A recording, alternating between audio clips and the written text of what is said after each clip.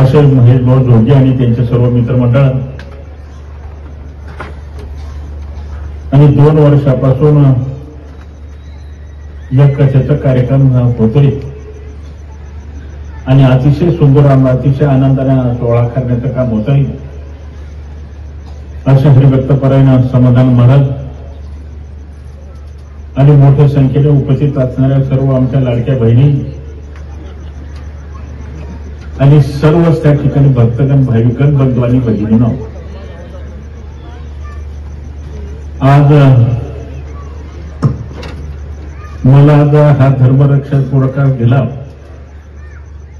त्याबद्दल आपल्या सर्वच धाडगे महाराज असतील, महेशजी मित्रमंडळ असतील आणि आपण समोर असणारे सर्व भक्तगण असतील, त्यांना मनापासून सर्वांना धन्यवाद देतो.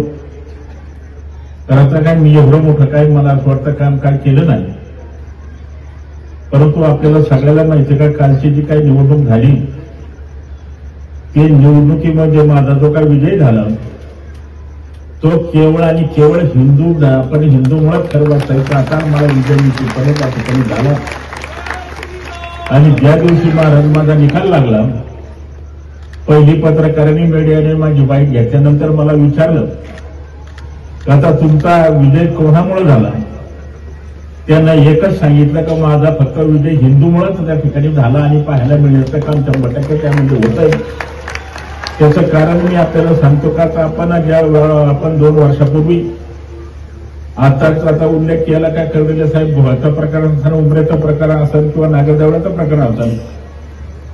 ह्या 2 वर्षापूर्वी ह्या प्रकरणामध्ये मी ज्या वेळेला भाग घेतला, मी ज्या वेळेला पुढाकार घेतला त्या वेळेला मला सगळेजण सांगत होते का कर्डिले साहेब आपण आता राजकारण करतो आणि राजकारण करीत असताना तुम्हाला आता जर कदाचित उद्या राजकारणामध्ये यशस्वी जर व्हायचं असेल तर आता तुम्हाला ही भूमिका घेऊन तुम्हाला राजकारणामध्ये समाजकारणामध्ये निश्चितपणे तोटा होण्याचं काम होणार आहे. परंतु मी त्यांना एका शब्दामध्ये सांगितलं मला राजकारणापेक्षा आमदार होण्यापेक्षा मला सगळ्यामध्ये महत्वाचा असेल तर त्या ठिकाणी धर्म आपल्याला टिकला पाहिजे हाच विचार करून तुम्हाला सांगतो का मी पुढाकार घेण्याचं काम केलं. मला आमदार होण्यापेक्षा मला एकच त्या ठिकाणी हिंदू धर्म टिकला पाहिजे, हिंदू धर्म वाढला पाहिजे आणि हिंदू धर्म त्या ठिकाणी वाढण्यासाठी आपण सगळ्यांनी इथून पुढच्या काळामध्ये एकत्र येण्याचं काम नक्की निश्चितपणे करण्याचं काम केलं पाहिजे. आज असं जसं आता महाराजांनी आता कीर्तनाच्या माध्यमातून उल्लेख केला सांगितलं आणि महाराज आज महाराष्ट्रामध्ये जे काही महायुतीचं सरकार आलंय ते केवळ तुमच्या राज्यातल्या सगळ्याच महाराज मंडळाच्या कृपेने आणि आशीर्वादाने 100% येण्याचं काम झालंय. तर आता तुम्ही ज्या ज्या ठिकाणी जाता, ज्या ज्या ठिकाणी आपण धर्माचं काम करता त्यावेळेला आपण जरी कदाचित जाहीर काही गोष्टी तुम्हाला जरी बोलता आल्या नाही, सांगता आल्या नाही, परंतु तुम्ही एकच सांगता आम्ही धर्माचा प्रचार करतो, आम्ही काही कोणत्या पक्षाचा करीत नाही, आमच्या पार्टीचा करण्याचं काम करीत नाही. ही भूमिका खरं वास्तविक पाहता आपण सगळ्या महाराज मंडळींनी केलं आणि म्हणून महाराष्ट्रामध्ये मोठं जे काही यश मिळाले त्यामध्ये मोठं योगदान तुमचं आपल्याला निश्चितपणे पाहायला मिळण्याचं काम होत आहे. आणि आज आपण पाहतो का एवढं मोठं कथेचं काम होतं, एवढे मोठ्या संख्येने आपले जे काय आपण पाहतो जे आता भक्तगण भाविकगण जमतात म्हणजे तुमच्या त्या ठिकाणी वाणीमध्ये किती मोठी शक्ती किती मोठी ताकद आहे ही याच्यावरून सिद्ध होण्याचं काम निश्चितपणे होतं.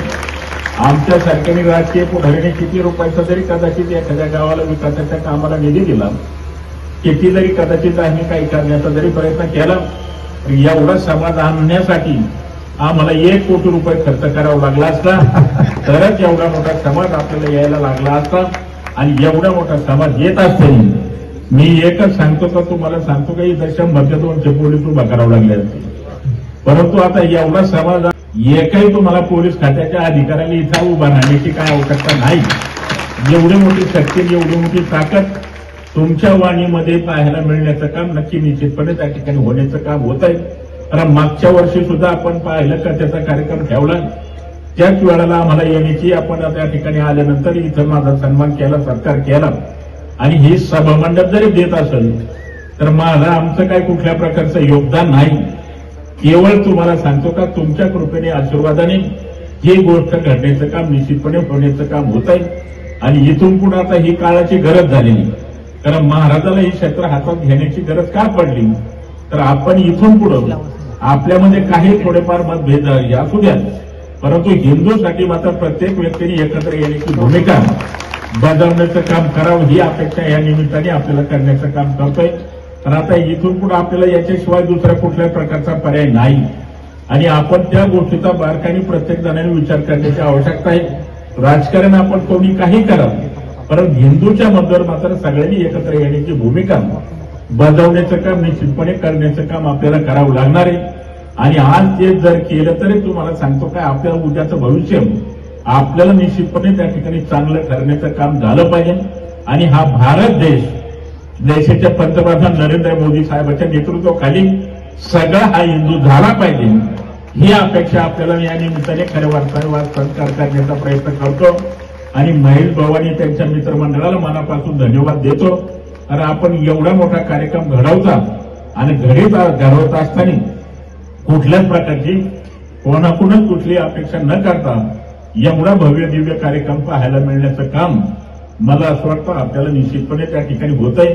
आणि महाराजांनी एक सांगितलं, आता कथेतून तुम्ही काही जरी कदाचित काही करता जरी आलं नाही, परंतु कमीत कमी कथेतून धर्माचं काम करण्याचं काम आपण सगळ्यांनी केलं पाहिजे. या अपेक्षा या निमित्ताने आपल्याला करण्याचं काम करतोय. आणि मला जो काय आता धर्मरक्षकाचा जो पुरस्कार दिलाय त्याबद्दल आपल्या सगळ्याच त्या ठिकाणी महेश धोडगे मित्रमंडळ असतील, आमचे धाडगे महाराज असतील, आमचे पोळ महाराज असतील आणि महाराजाच्या उपस्थितीमध्ये महाराजाच्या हस्ते त्या ठिकाणी हा पुरस्कार दिलाय.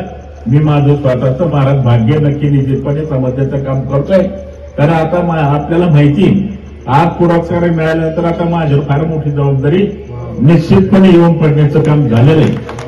आणि त्याची काही तुम्ही काळजी करू नका. तुम्हाला कुठली गोष्ट जर कदाचित हिंदूच्या बाबतीत जर गरज पडली तर फक्त मला हात द्या, त्या हाताला वाहू देण्याचं काम 100% करण्याचं काम मी करेल.